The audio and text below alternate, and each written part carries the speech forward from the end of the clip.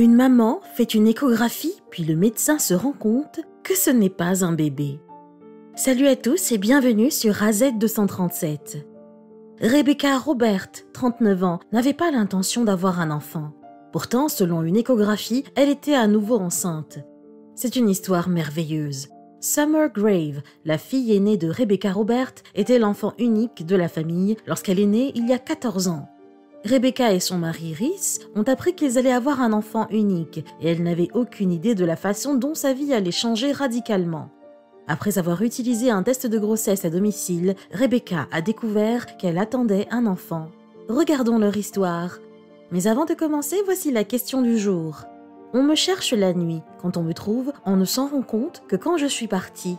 Qui suis-je ? Donnez-nous votre réponse dans les commentaires. La réponse exacte vous sera donnée à la fin de la vidéo. N'hésitez pas à liker la vidéo pour nous encourager et si vous êtes nouveau sur la chaîne, abonnez-vous et activez la cloche de notification pour ne manquer aucune de nos prochaines vidéos. Un concours de circonstances a entraîné la famille dans un voyage qui allait durer toute une vie. Les médecins ont averti Rebecca Robert que la grossesse était dangereuse pour sa santé en raison de son âge. Quelques semaines après sa première échographie, elle a subi une autre échographie. Après 2 semaines, elle a commencé à remarquer des différences et s'est inquiétée. Elle s'est rendue à l'hôpital, mais Rhys n'a pas pu entrer dans l'hôpital en raison du confinement. L'échographiste, cependant, n'a rien remarqué d'inhabituel pendant l'échographie. Rebecca attendait des jumeaux, selon l'échographiste. L'échographiste n'a pas découvert à temps qu'il s'agissait d'une paire de jumeaux. Comment ont-ils pu ne pas remarquer l'autre bébé s'est demandé Rebecca Robert. Elle avait 39 ans et attendait des jumeaux à ce moment-là. Quand je l'ai dit à Rhys, a expliqué Rebecca, il ne m'a pas cru. Il n'a pas cru jusqu'à ce que je lui montre le rapport. Rebecca est retournée à la clinique peu de temps après. Cela semblait si réel. Elle a déclaré qu'elle avait différents sentiments qui traversaient son esprit. Elle est revenue pour d'autres scans après avoir dit à Rhys qu'ils attendaient des jumeaux car l'échographiste ne pouvait pas mesurer correctement le nouveau bébé. La sage-femme a été choquée par ce qui s'est passé par la suite, comme l'a dit Robert. Quelque chose n'allait pas avec le deuxième bébé, comme on l'a découvert, il était nettement plus petit que le premier. Il y a toujours des différences entre les jumeaux. Cette différence est assez énorme selon les Robert. Ils étaient perplexes quant à la raison pour laquelle l'écart de taille était si grand. Ils étaient préoccupés par la santé du bébé numéro 2. Rebecca a ensuite eu une autre réalisation inattendue.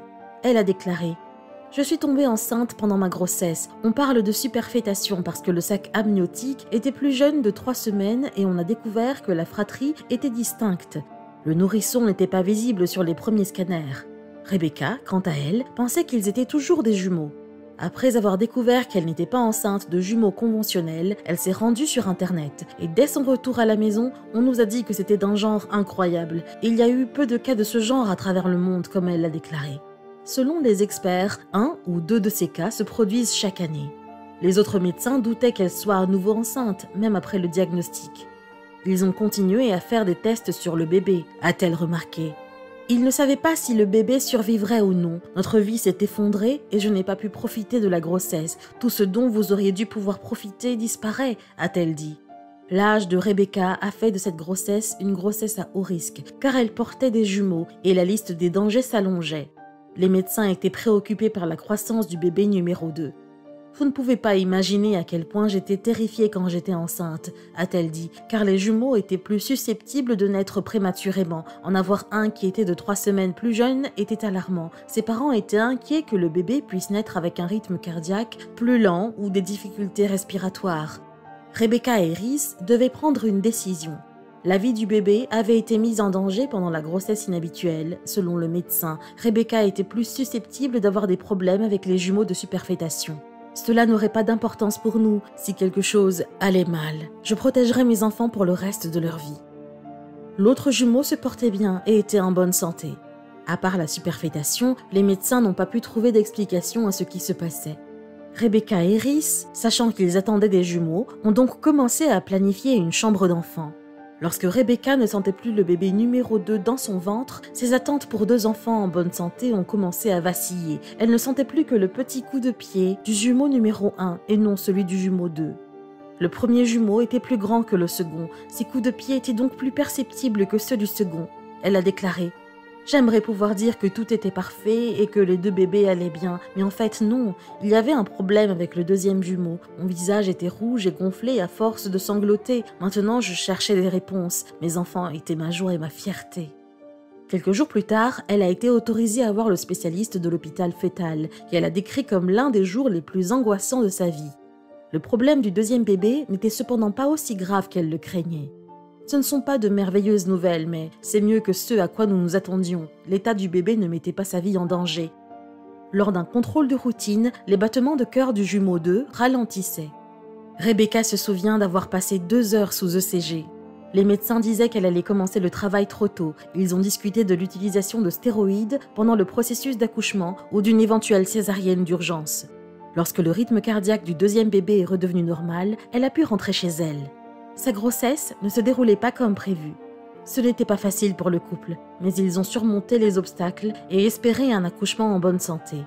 Rebecca a posté sur les médias sociaux à l'époque où elle était à 32 semaines. Elle a dit que ses bébés seraient bientôt en route.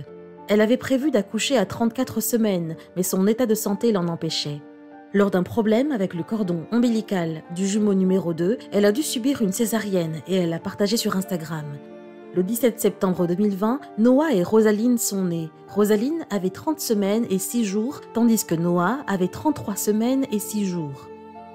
Le jumeau garçon pesait 2 kilos, tandis que la jumelle fille pesait 1 kilo. Rosaline était magnifique, remarqua Rebecca. Elle était une grande prématurée et passa 2 semaines de sa vie dans un hôpital spécialisé pour nourrissons. Noah est resté à l'unité de soins intensifs néonatal. En raison de la rareté du cas, les médecins ont été contraints d'effectuer d'autres tests pour déterminer tout autre facteur de la petite taille de Rosaline. Elle a été soumise à un test ADN plus lent. Les résultats, cependant, ont révélé qu'elle ne présentait aucune anomalie. Elle était absolument normale. En raison de sa naissance précoce, la santé de Rosaline était toujours à contrôler. Les jumeaux nouveau-nés avaient besoin de soins 24 heures sur 24 et d'un plan d'alimentation unique. Après 2 semaines, Rosaline a été transférée dans une unité de soins intensifs néonatale ordinaire. Elle a dû passer beaucoup plus de temps à l'usine que Noah. C'était épuisant d'avoir 2 bébés à l'hôpital. C'était atroce, tous les jours à l'usine et rester de temps en temps à la maison avec Rosaline. Rebecca s'est souvenue de quelque chose. C'était épuisant de se rendre dans 2 hôpitaux. Pour aggraver les choses, les jumeaux venaient juste de commencer à se rapprocher. Les infirmières ont invité les parents et les jumeaux à une visite de l'hôpital après que Noah ait été libéré de l'usine pendant la visite de Rosaline. Robert commente « Au début, je ne la croyais pas. Rosaline était un tout petit bébé qui gazouillait dans une couveuse grillagée. Alors comment pouvait-elle pousser un landau ?» Grâce à un équipement portable, Rosaline et Noah ont pu faire leur première promenade ensemble. Après 95 jours passés à l'usine, Rosaline était enfin en assez bonne santé pour rentrer chez elle. Elle a rejoint sa famille bien-aimée quelques jours avant Noah. Rebecca a confié à HuffPost UK qu'elle était heureuse d'être réunie avec ses jumeaux. Elle a ajouté « Noah se porte bien, tout comme Rosaline, elle va très bien. Noah pesait 5 kilos et Rosaline 3 kilos quand ils avaient 4 mois. » Rosaline, quant à elle, est retournée à l'hôpital après quelque temps. Pour elle, une procédure d'urgence a été nécessaire. Au début, les médecins pensaient que son hernie était petite, a ajouté Robert. Cependant, ils ont découvert une grande hernie et aussi une autre pendant la chirurgie. Robert, terrifié, a pu passer la nuit avec elle malgré la pandémie, car les autorités de l'hôpital l'y ont autorisé. Elle a déclaré « Je ne pouvais pas supporter de ne pas pouvoir m'occuper de mon enfant. Je ne pouvais tout simplement pas. » Rosaline est finalement rentrée chez elle après une nouvelle nuit à l'hôpital. Leur mère, Rebecca, affirme que les différences de poids sont d'ordre mental. Les 2 bébés sont désormais en sécurité et reçoivent tous les soins dont ils ont besoin pour être en bonne santé à la maison, car ils bénéficient d'une attention totale à chaque fois que cela est nécessaire, tout au long de la journée. Cependant, pour le reste de leur vie, elle a dit que Rosaline a toujours été une battante, depuis le moment où elle est entrée dans la salle d'échographie de l'hôpital alors qu'elle était enceinte. Enfin, comme prévu, Noah a commencé à babiller et à bouger plus tôt que sa sœur Rosaline, mais il y a encore beaucoup d'espoir pour que Rosaline vive une vie longue et saine. Quelle est votre opinion au sujet de cette histoire? Dites-le nous dans les commentaires. Et maintenant, la réponse à la question du jour, le sommeil. Bravo à tous ceux qui ont trouvé la bonne réponse. Nous voici arrivés au terme de cette vidéo. Merci de l'avoir regardée jusqu'à la fin. Surtout, n'oubliez pas de la liker et de la partager autour de vous. À très bientôt sur AZ237.